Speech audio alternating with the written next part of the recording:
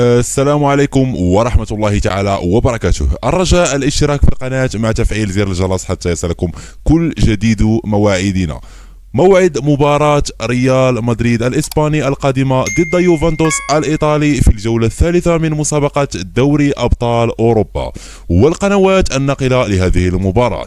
يستقبل ملعب السانتياغو برنابيو مباراة ريال مدريد الإسباني ضد ظهيره فريق يوفنتوس الإيطالي ضمن مباراة الجولة الثالثة من مسابقات دوري أبطال أوروبا.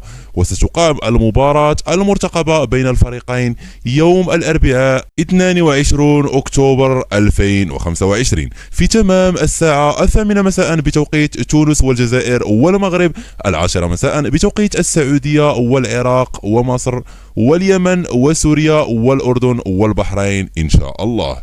أحداث هذه اللقاء ستذاع عبر قناة بي إن سبور الأولى. ما هي توقعاتكم لنتيجة هذه المباراة؟